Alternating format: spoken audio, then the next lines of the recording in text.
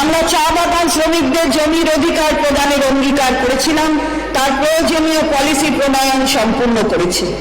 এখনো পর্যন্ত চা বাগানের 2500 একরেরও বেশি অব্যবহৃত উদ্বৃত্ত জমি ফিরিয়ে নিয়ে প্রায় 23,000 চা বাগানের শ্রমিকদের মধ্যে প্রত্যেককে সর্বোচ্চ 5 শতক পর্যন্ত বাস্তু জমির পাট্টা প্রদান করা হয়েছে এবং প্রত্যেককে বাড়ি বানানোর জন্য চা সুন্দরী এক্সটেনশন স্কিমে 1,20,000 টাকা করে আর্থিক সহায়তা দেওয়া হবে।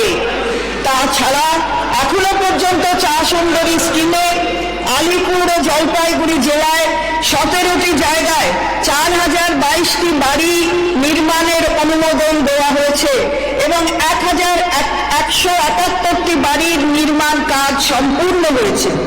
এই যুগান্তকারী পদক্ষেপ চা শ্রমিকদের ক্ষমতায়নে এক গুরুত্বপূর্ণ পদক্ষেপ, যা তাদের জীবনযাত্রার মানের উন্নতি ঘটাবে।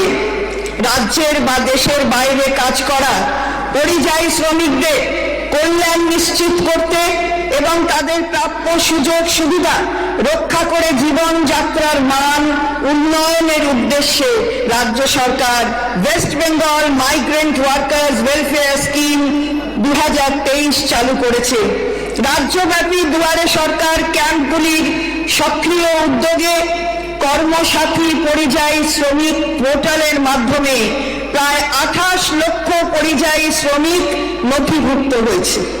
মাননীয় অধ্যক্ষ মহোদয়, এখন আমি কর্মসংস্থান বিষয়ে সংক্ষিপ্ত আলোচনা করতে অনুমতি চাই। কোভিড-19 অতিমারির প্রকোপ শেষ হওয়ার পর অর্থনীতিকে আগের অবস্থায় ফিরিয়ে আনা একটি চ্যালেঞ্জ ছিল।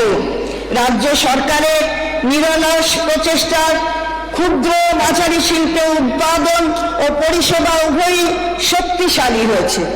2011 সালে যখন এই সরকার কার্যভার নেয়, তখন ক্ষুদ্র মাঝারি শিল্প ক্ষেত্রকে ব্যাংকের ঋণ দানের পরিমাণ ছিল মাত্র 7,236 কোটি টাকা।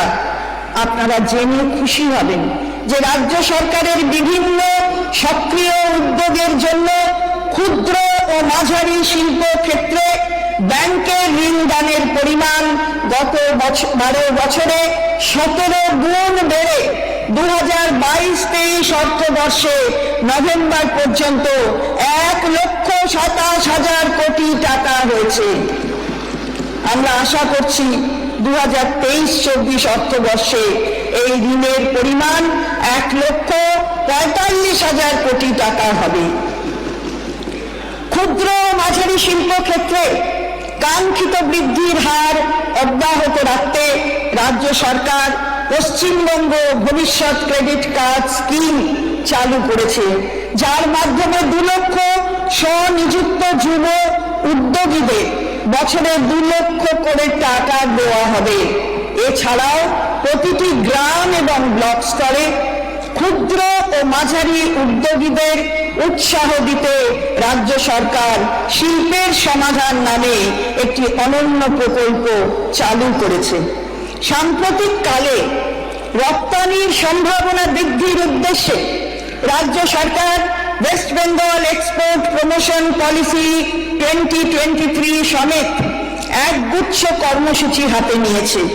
এই রপ্তানি নীতির উদ্দেশ্য হল আগামী কয়েক বছরে দেশের রপ্তানি ক্ষেত্রে রাজ্যের রপ্তানির অংশ দ্বিগুণ করে রাজ্যকে ভারতের আন্তর্জাতিক ট্রেডিং হাবে, global trading hub of India পরিণত করা। সকল রপ্তানিকারদের সুবিধার্থে একটি এক্সপোর্ট ফেসিলিটেশন পোর্টালও চালু করা হয়েছে। ক্রমবর্ধমান লজিস্টিক সেক্টরে উন্নয়নের স্বার্থে বিশ্ব ব্যাংকের সহায়তায় West Bengal logistic sector development policy 2023 ঘোষিত হয়েছে। রাজ্যের কৌশলগত ভৌগোলিক অবস্থানের সুবিধা ব্যবহার করে এই পরিকল্পনা রাজ্যের দক্ষ লজিস্টিক্সের উন্নয়নের জন্য আরও লগ্নিতে সাহায্য করবে।